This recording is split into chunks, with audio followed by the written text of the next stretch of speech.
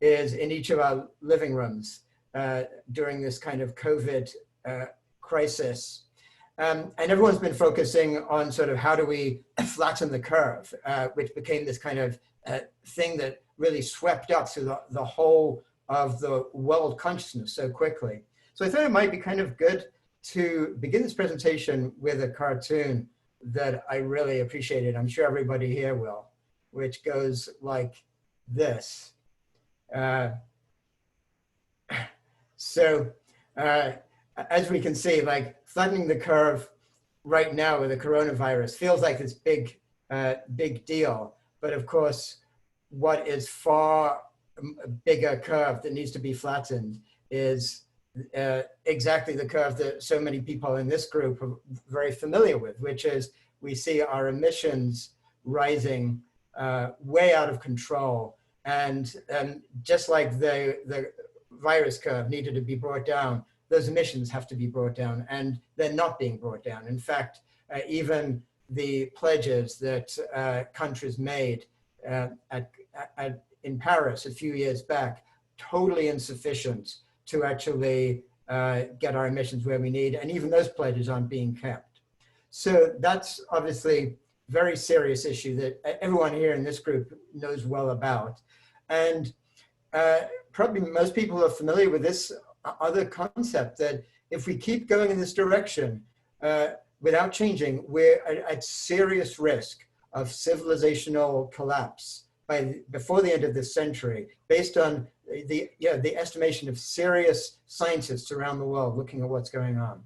But what I feel is so critical to get a sense of is that even if by some sort of very almost like magic techniques, we were able to somehow get those emissions curve flattened and then lead to more sort of business as usual, just with the emissions being controlled, we'd be facing massive ecological devastation across the board. That the issues we're dealing with are not just issues of climate, but they're issues of a world that's basically run amok.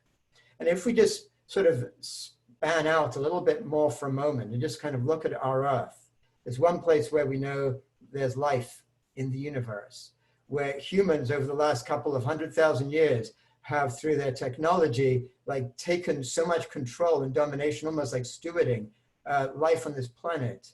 And we have done an abysmal job of doing that. And just a real quick scan of some of the things going on in the world right now. We've lost half of all marine life in the last 40 years. The rainforests disappearing in every part of the tropics around the world. There's been at 60% decline in animal populations since 1970 all around the world. And even beyond animals, like insects themselves are collapsing. Just the last year or two, there's been this realization of like insect collapse, just going again all around the world. And if we look, the devastation just keeps, no matter which way we're looking at it, the devastation keeps getting worse and worse. There's 5 billion people are expected to be facing water shortage by the middle of this century. We're looking at the 6th great extinction of species. The first 5 were through natural causes like asteroids. This one is human-made. We're looking at the annihilation of coral reefs worldwide by the middle of this century at this rate. And the estimate is that 95% of Earth's land will be degraded by the same time. That's based on the United Nations estimate. But of all these statistics, the one that kind of I find the most mind-boggling of all is this one, that by 2050, there will actually be more plastic in the ocean than fish. And then when we realize that all this is going on at a global rate of production that is expected to be tripled within the next 40 years, based on the most sort of conservative economist estimates, so that even, of course, with the COVID depression we're likely to be facing right now, obviously the mainstream engines of the world are going to do everything they can to get us right back on that growth course as fast as they can, because that's their definition of success. And so how can the world even accommodate, how can the living Earth accommodate this kind of growth in production based on what we've already seen? Which leads us to ask ourselves, how did we get here? So as Taryn was touching on, I kind of looked at that a lot in this book that I wrote, The Patterning Instinct. Is Cultural History of Humanity's Search for Meaning. And I looked at the different ways in which different cultures have patterned meaning into the universe, all the way from the earliest hunter-gatherer times to the present day. And one of the big findings that I took from all the research that I did that comes through in the book is this simple realization that culture shapes values. And those values, depending on which civilization they're held by, what kind of values they are, they shape history. And by the same token, the values that we hold as a global society right now will be what will shape the future. So these are sort of some big concepts to get our head around. So I like to make things a little bit more colorful by starting off with a riddle. I call it the riddle of Admiral Zheng He and Christopher Columbus. Now, of course, we've all heard of Christopher Columbus, but probably not that many people here have heard of Zheng He. But back in the 15th century, Zheng He was the head, the admiral of the largest, most glorious armada that had ever set sail in history in China. It contained 27,000 men in over 300 ships, all these different classes of ships. And he took this armada on 7 long voyages over almost 3 decades. And he went pretty much all around, like a big chunk of the world, went all the way to Southeast Asia, to India, to Arabia, even to Africa. And wherever he went with this massive armada, he was treated, some people viewed him as a god. They just couldn't believe the power that he brought with him. And when he went to these places, he would tend to, he'd find the local prince, and he'd bring back an ambassador from a particular area back to China, where they'd sort of kowtow to the emperor, and he'd open trade routes through the whole of the Indian Ocean. And when pirates got out of control in some place or other, he'd basically police the area to keep everything under control. So that's what Zheng He did. And of course, as we know, in that same century, a little bit later on, Christopher Columbus set sail from Spain. Now, he set sail with 90 men in 3 threadbare boats, one of which had its rudder break after 3 days at sea. And when you look at the difference in size between one of his 3 boats and one of Zheng He's, it's like you could fit about 10 of Columbus's into one of Zheng He's, which leads to this riddle. Why did Columbus transform the entire world? Why not Zheng He? So, as I'm going to take you through the rest of this talk, I invite you to think about this riddle, and I can give you a clue. And the clue is in the title of the book, the patterning instinct. And so let's start off by kind of exploring what that patterning instinct is. It's something that humans have that no other animal has to the degree that we have. It's an instinct to pattern meaning into the world. And we know it's an instinct because, well, even this little baby has that instinct. Nobody tells her when she's born, you need to learn language because that's how you're going to be successful in life. She just by instinct hears all the different melange of sounds and actions around her and feelings, and she uses her patterning instinct to figure out the language that she's born into. And as she gets older, she figures out the patterns of the culture that she grows into. And if we go back in time, a couple of 100,000 years to when Homo sapiens first emerged as on the earth, they also had that patterning instinct. And they'd use that instinct to look at the universe and try to pattern meaning into it. So yeah, they'd look up at the skies and see all these stars, but their instinct would drive them to pattern constellations into it. And that we see that all around the world, that's what humans have done. So I'm going to take you through a very, very brief tour of some of those patterns of meaning that cultures put into the universe. You can see how we got ours. So we're going to look at some of these historical patterns. Well, you know, humans spent most of our history, 95% or more, as nomadic hunter-gatherers. And when we were nomadic hunter-gatherers, the patterns of meaning that we had for the universe was seeing nature as like a giving parent, we just knew basically everyone was family, and we lived in bands, and you looked at the world around us and we thought that was family. So basically there was spirits in everything, in trees, in the animals, in other people, in mountains. And there was a sense that we were all part of one interconnected whole within that. Now, that all changed very dramatically about 10,000 years ago with the rise of agriculture. And along with that came a sense of separation. And I like to use this sort of iconic image of a fence, because this was what agriculture was about. People started to separate themselves from the wilderness. And just as importantly, once they started to develop crops, there was an inequality that started to develop between people who got luckier than others in what they grew. And so the separation started between some humans and others, as some people got wealthy and they started to be able to employ others. And that led to not just hierarchy, for the first time in human history, also a sense of the importance of things like wealth. And it led to the rise of the patriarchy, which had never existed with early hunter-gatherers. And that led to a new pattern of meaning in the universe, one that we can call the hierarchy of the gods, where people saw that you have to, just in the same way that when the local chieftain came down, you had to sort of pay homage to him and hope that he would treat you well. So you had to treat the gods in a similar way and hope that they treated you well too. And that's a kind of a pattern of meaning that in all its different variations was shared by all early civilizations throughout the world. But then about 2,500 years ago, there were two unprecedented patterns that arose in Greece and China. And we're going to look at those a little more closely. First, we'll look at China. Because what happened in China is, and they still had some sense of the early hunter-gatherer sense of everything being connected, but they began to develop a systematic way of making sense of that connection. And some of you may be familiar with this kind of science, like this notion of yin-yang. And they developed a book called the I Ching, which means the book of changes, because they looked at how all the different ways of connection changed all through the universe. And they called this whole set of principles underlying the change the Tao.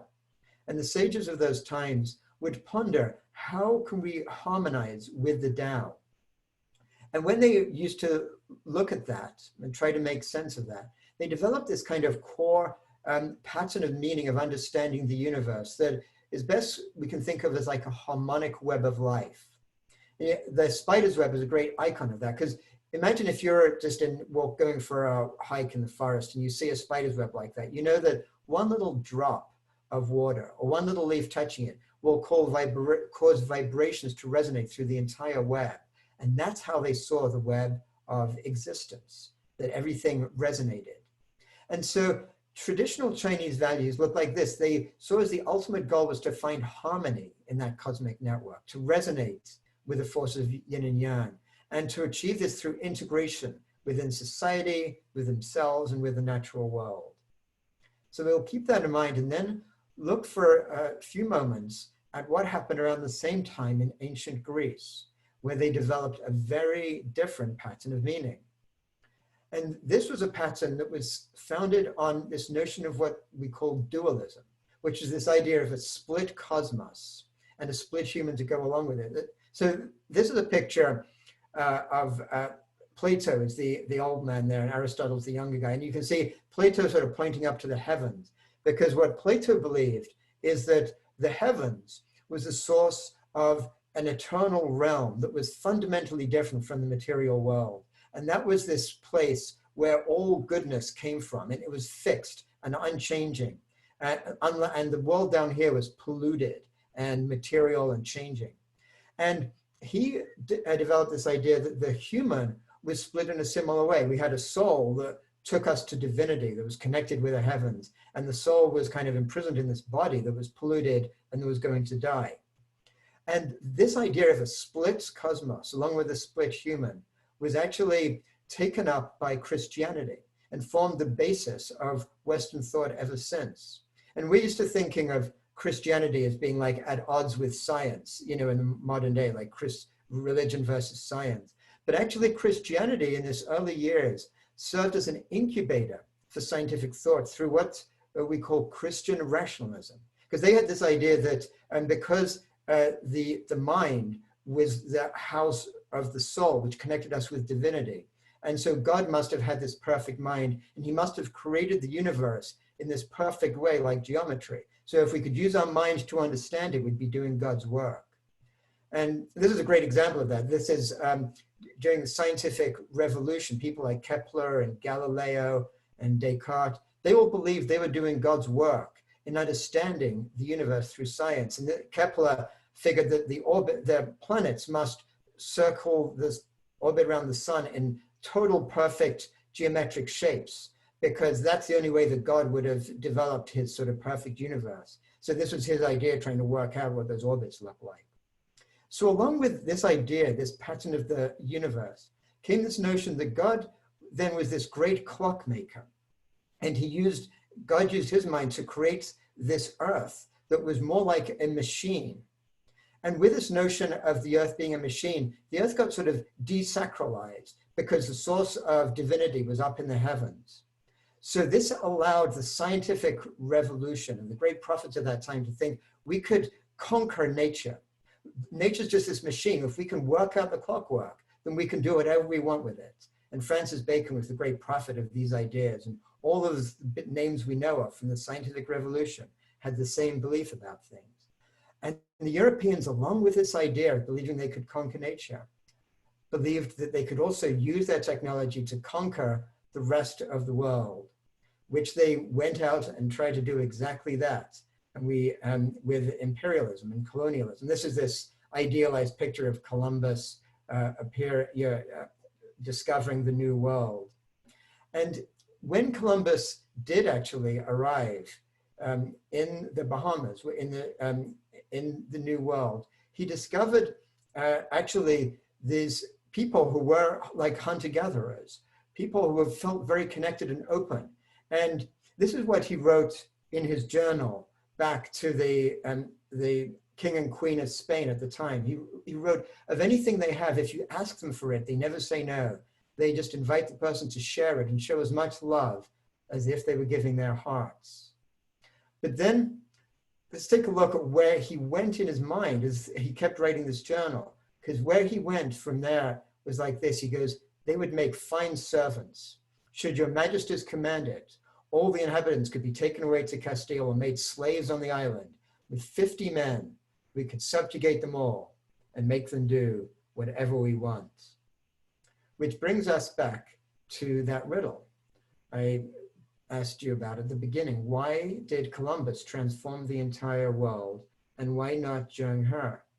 And now, having looked at these patterns of meaning, I think we can get a sense of what the answer is, because the underlying cause wasn't about the technology they had, it was cognitive, it was in their patterns of meaning. It would have been unthinkable for Admiral Zheng to have conquered and enslaved the societies he visited with his armada because of the way in which he and his whole culture constructed meaning out of the universe. And in the same way, it would have been unthinkable for Columbus to have traded with the indigenous people the way that Zheng He did and brought them back as emissaries to Spain as ambassadors, because he just saw everything in terms of conquering, separation and conquering.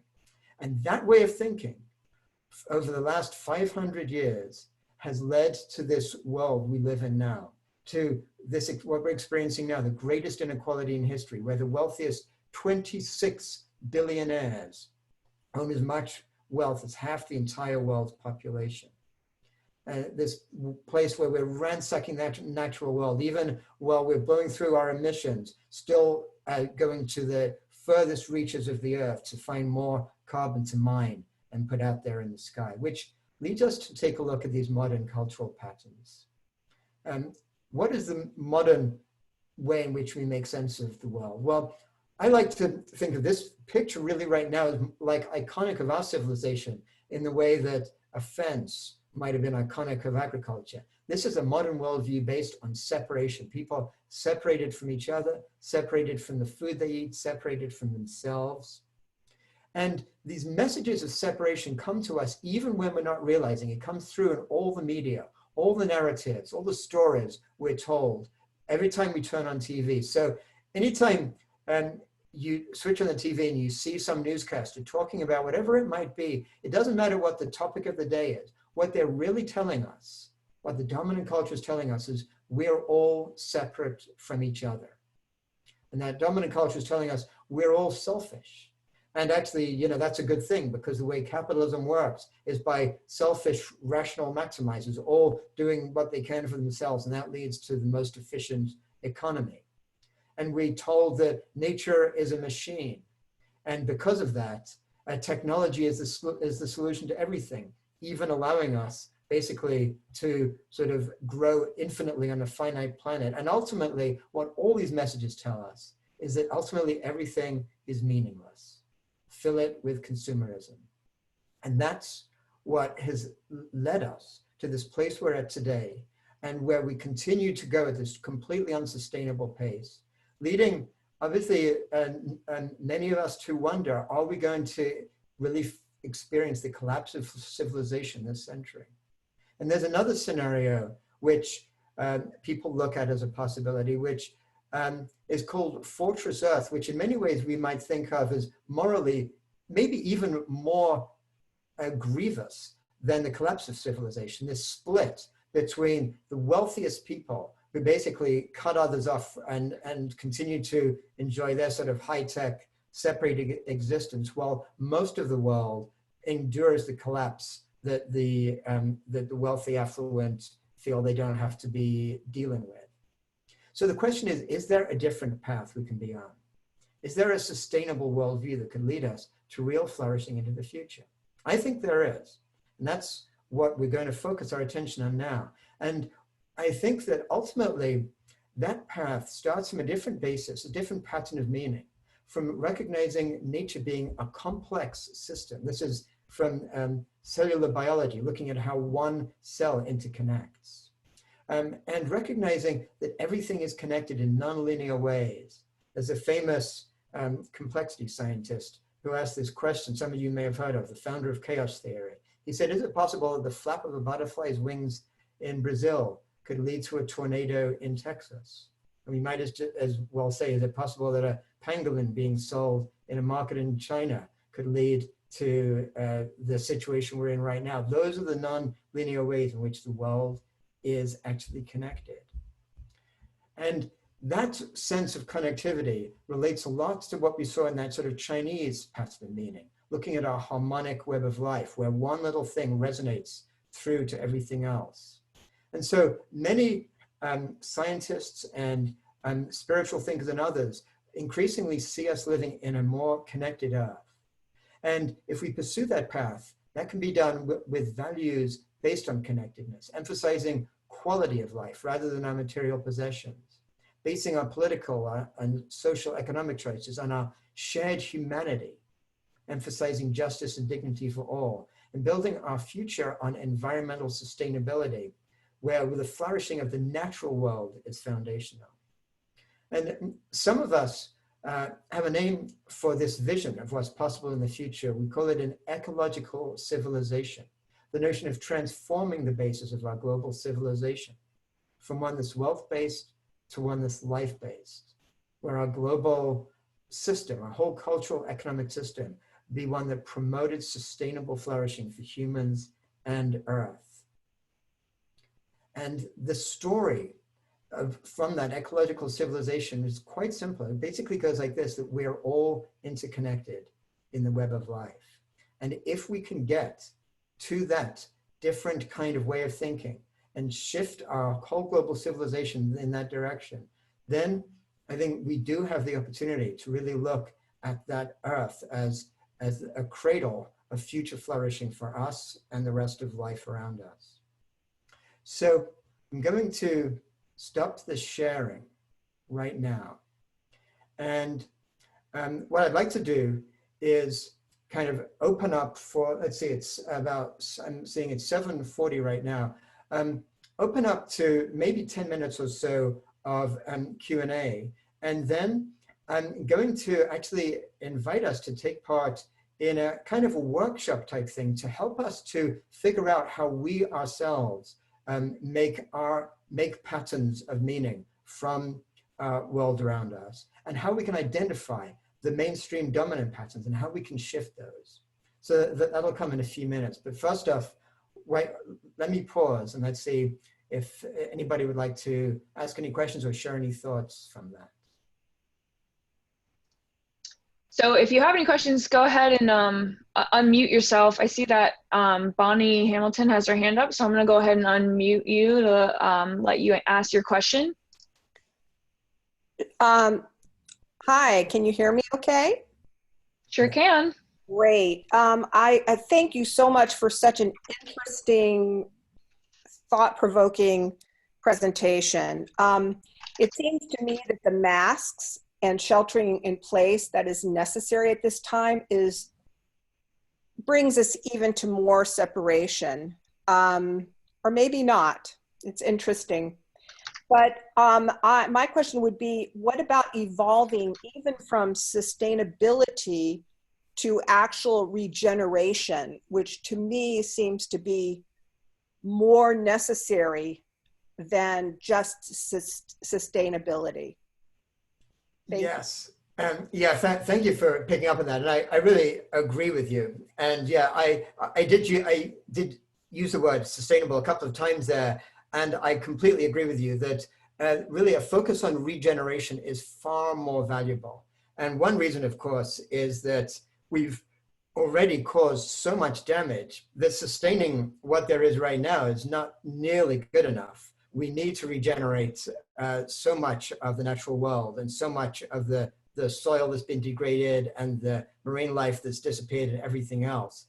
And we also need to, once we can move into that different kind of civilization, we need to always think about everything we're doing in that regenerative way, in just the same way that if we actually look at how ecologists work, that have kept themselves healthy, sometimes for millions and millions of years by adapting to the environment, what it is that every organism in that ecology plays a symbiotic part in regenerating what the ecology needs for other organisms, for other entities. So we humans have to learn how to play a more symbiotic role with the rest of life on Earth. So thank you for that. Great point.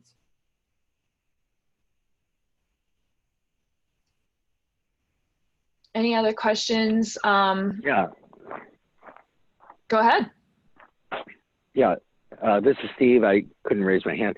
I want to bring to, maybe you know this, Jeremy, there's a book called The Great Leveler, which is a book that looks at the broad sweep of history and says that human civilizations have always moved towards greater and greater inequality during peacetime, but the haves and have-nots have always tended to separate because of the means of production and the competitive advantage. And what has brought it back into balance, sadly, is violence or plagues. Wars and pandemics have been historically what has destroyed the deep inequality and reset the clock for it to begin again. Deeply disturbing and controversial, but very thought-provoking. I wonder if you have a thought about it. Yes, absolutely. And by Walter Seidel, I think, is the author. And actually, I'm in the middle of listening to it as an audiobook right now. So interesting that you raise it. And I do think it's a difficult reality to get our hands around. And he does a great job explaining how clear that is, what he's describing. But you know, when I think about what we need to experience in this next generation, basically this century, it's an even greater transition than all of these different transitions that he goes through, like how equality comes back through, plague, war, etc. Because what we need to be looking at is a fundamental shift in the way humans as a civilization, as a global society gets meaning from the world. So the transition we're talking about is as great as the transition that I took you through, one from nomadic hunter-gatherers to agriculture, or the other one from the agriculture to the scientific revolution.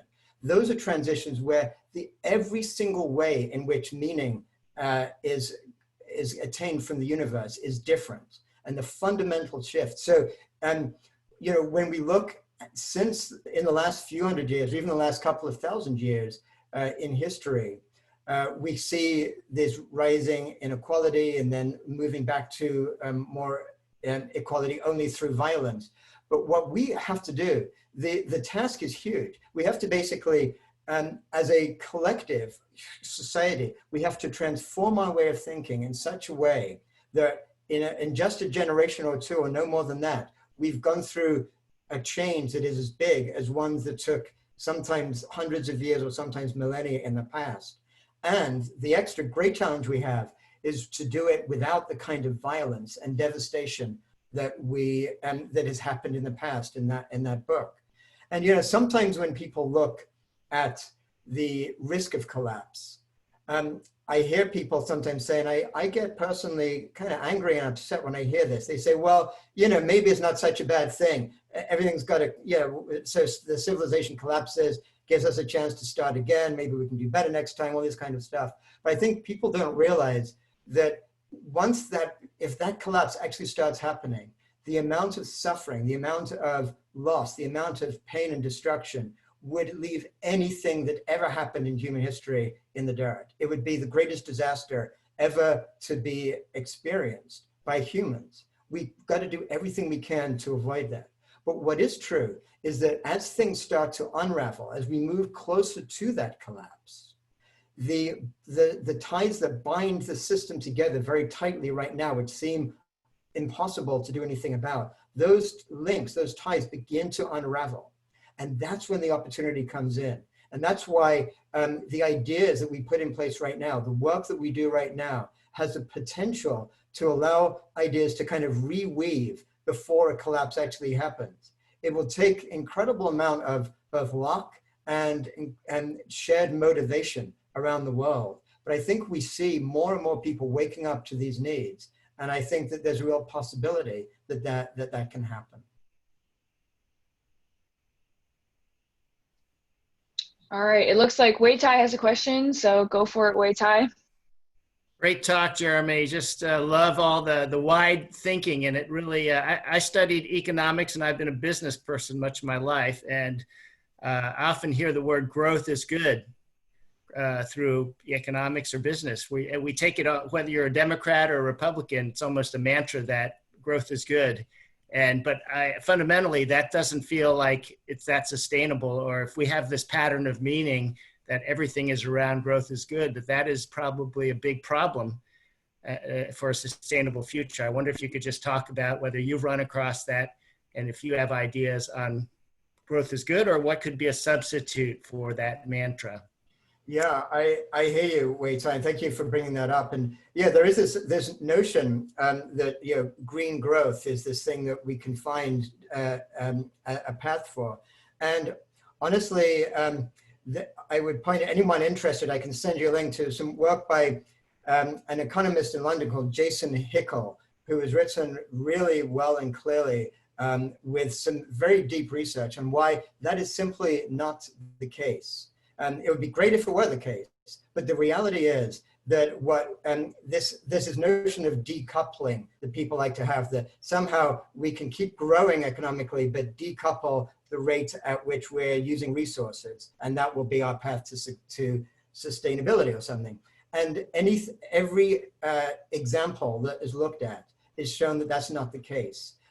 We have to change the fundamentals of this this economic growth-based society. And so I like to think about it in terms of growing in quality of life rather than in quantity of life. And we need to recognize that, you know, if we look at any kind of natural cycle, any ecology, any natural organism, there's growth phases which are very healthy and good for that organism. And then there's phases when that organism wants to be stable. And then there's phases when the organism passes and recycles again. And there's no ability to keep growing, like growth going totally out of control. We have a word for that. It's called cancer. And that's what ends up killing the host that it's on. And that doesn't mean that humans are a cancer, but it means that our capitalist growth-based economy is that kind of cancer in the world right now. and we have to change those fundamentals. That's why we have to shift more at the deeper layers of meaning. But it doesn't mean that we can't grow in our quality of our lives. And that, I think, is the big shift. There's all kinds of ways we're discovering right now with COVID. We're seeing, this massive depression already taking place. But we're also finding that we can be, there's these different realities start happening in life. And there's this possibility to reorient life in ways that are actually healthier and actually better than the life we've had in the past. So these are the possibilities that open up right now. So what I'm actually thinking is this might be a good time to shift to this next phase of this meeting right now. And having talked about how we need to shift these fundamental patterns of meaning, I'm going to offer a way to think about how we can look at those patterns ourselves and how we can actually do our own work of shifting them.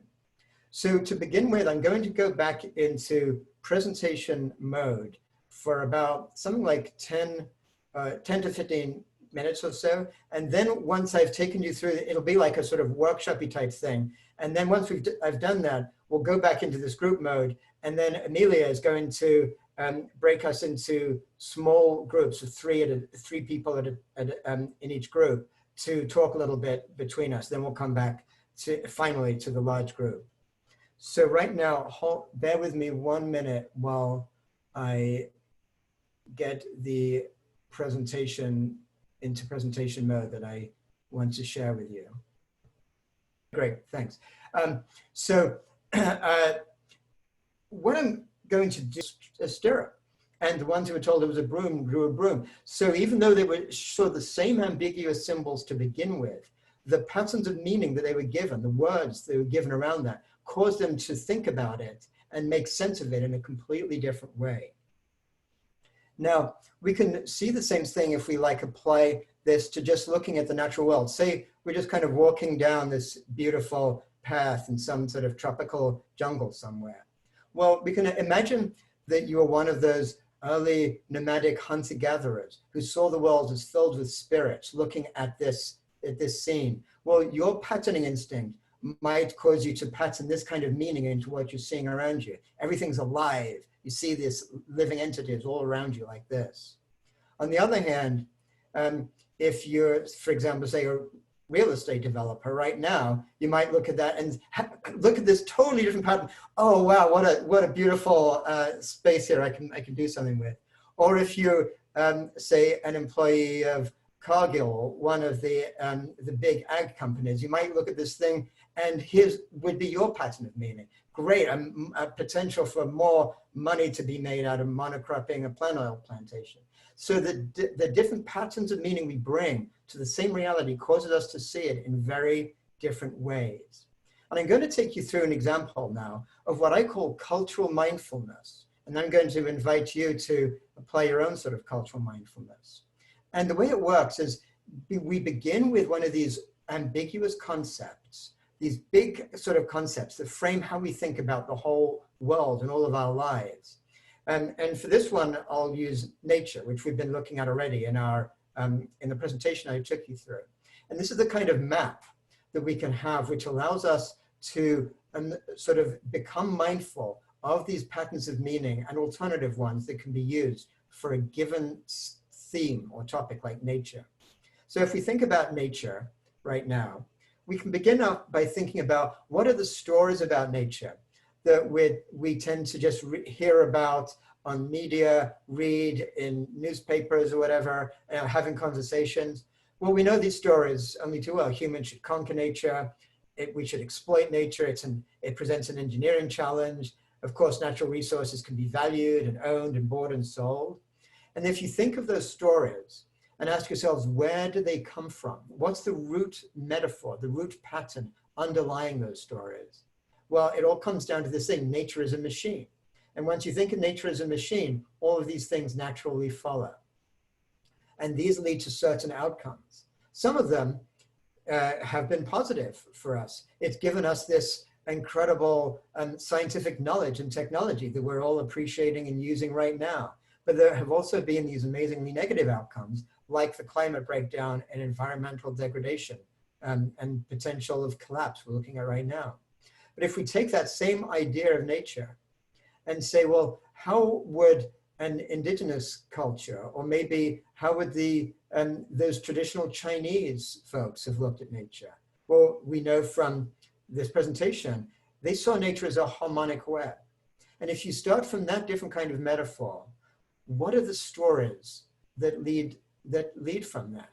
Well, you get different kinds of stories, like everything is connected, or humans are part of nature, or the earth is a holistic living organism.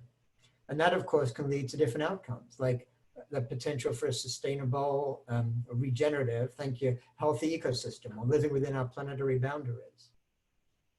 So now, with this kind of cultural mindfulness, this way of thinking about these patterns of meaning can be used for various things, just to get a deeper understanding of a topic. And for those of you involved in wanting to really affect meaningful change in society, this is the place where we can really start from the most leveraged place. It can also be used to just understand an initiative you're working on, or for your own inner investigation. And it can be applied to lots of different kinds of topics. So now I'm going to pause for a moment, and I'm going to invite you to think about a topic that you would like to apply this kind of cultural mindfulness on for yourself. And these are some of the topics that I recommend that it can really work for. You can see every one of these concepts are very ambiguous, big ideas which structure our world, but which can be interpreted in very different ways.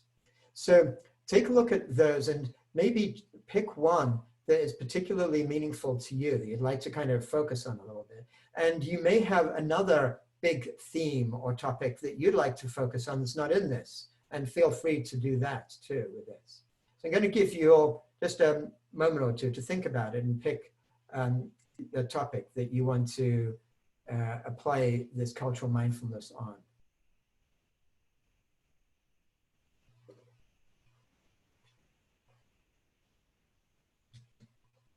Okay, so now, having picked a topic, let's actually, before we move into this now, let's just actually pause for a few moments and just maybe do a little bit of breathing together and just kind of get centered. And allow yourself to just think about the topic that you have chosen and what it means to you. What does it feel like?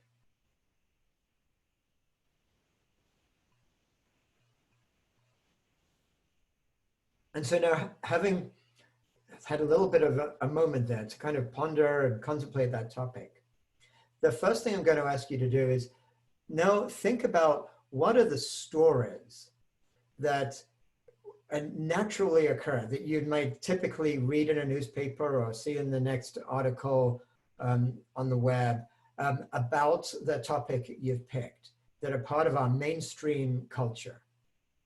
What are the things that people generally say about that topic, the cliches that just roll off people's tongues?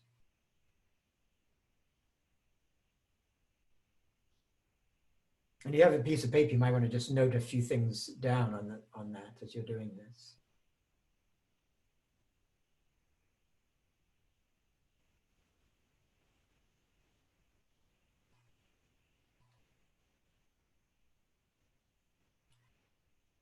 So now, having thought about what some of these stories are, the next place to go in this place of cultural mindfulness is to ask yourself, what are the underlying metaphors that are used about this big topic that lead to those stories?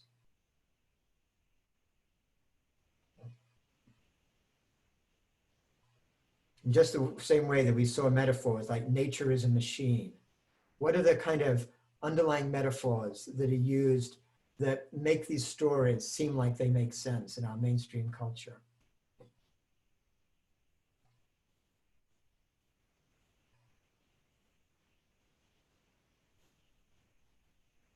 And then moving on from that, just we can ponder for a moment, what are some of the outcomes that we see in our dominant culture right now as a result of those stories and as a result of that underlying metaphor?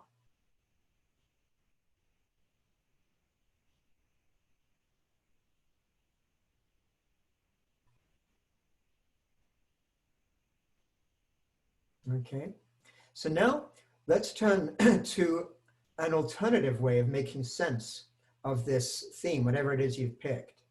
So now imagine that you are somebody from an indigenous culture before this modern global civilization infiltrated it. Or imagine that you are from, say, traditional Chinese culture or another very traditional culture. What might be a different metaphor, a different way of making sense of that theme that might just come more natural to you than the ones that we've been looking at in mainstream culture?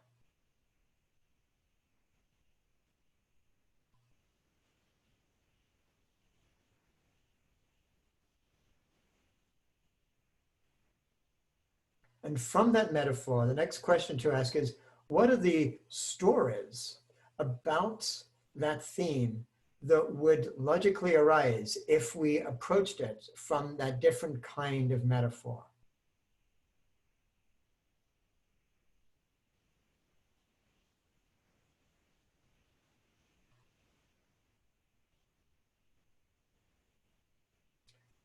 And then finally, we can ask ourselves, what different outcomes would we expect in the world if everybody viewed this theme based on that different kind of metaphor with those different kinds of stories?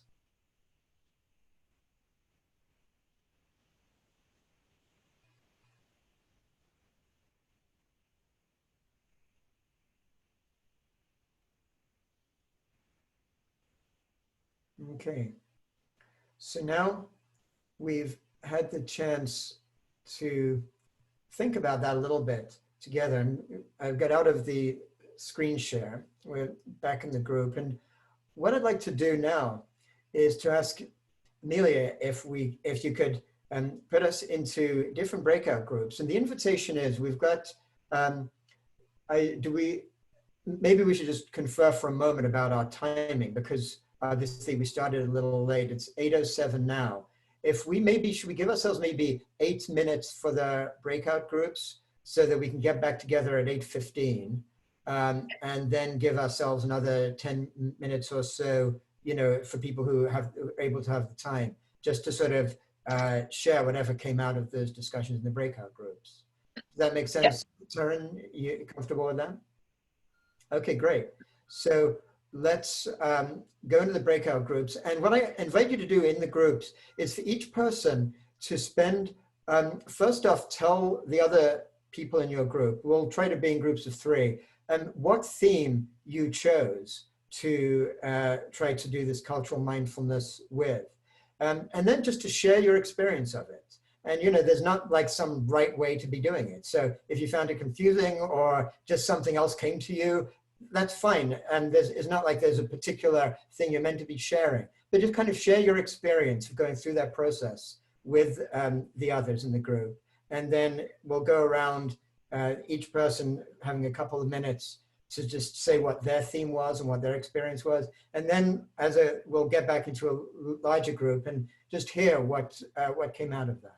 The space available, we can just have a little bit of conversation right now, because personally, I would love to hear anybody who wants to share what came up in your groups, or what you thought was worth sharing with the whole group now about this about this approach. And feel free to share about the approach itself or any other ideas that came from the presentation itself. Now is the time to share anything that wants to be said. So, Bonnie, I think. She'll take 10 minutes. There we go.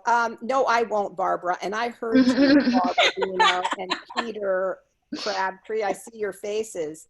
I was going to say that with the process, I'm not too keen on doing the present situation, the mainstream, just because I find it a little bit depressing. My own theme was prosperity, and my metaphor would be everybody when everybody wins when everybody wins, and a one planet prosperity versus a one planet misery. But the interesting thing I found is my partner, Steve, he chose security. But when he spoke about both sides, it sounded kind of like what I had said, but on it from a different thing, saying security, an alternative to security would be opening it up and being generous with everyone, everybody being generous with everyone else. So I just thought that was really cool, and I just wanted to share that. Thank you, Barbara. I didn't take all 10 minutes. No, that was good, Bonnie. Thank you. Thank So, you. Love seeing you. Jeremy, Yes. I found your presentation absolutely fascinating, of course. What I'm struck by is that culture kind of envelopes us. You know, it's like the old Marshall McLuhan saying, we don't know who discovered water, but we're certain it wasn't the fish.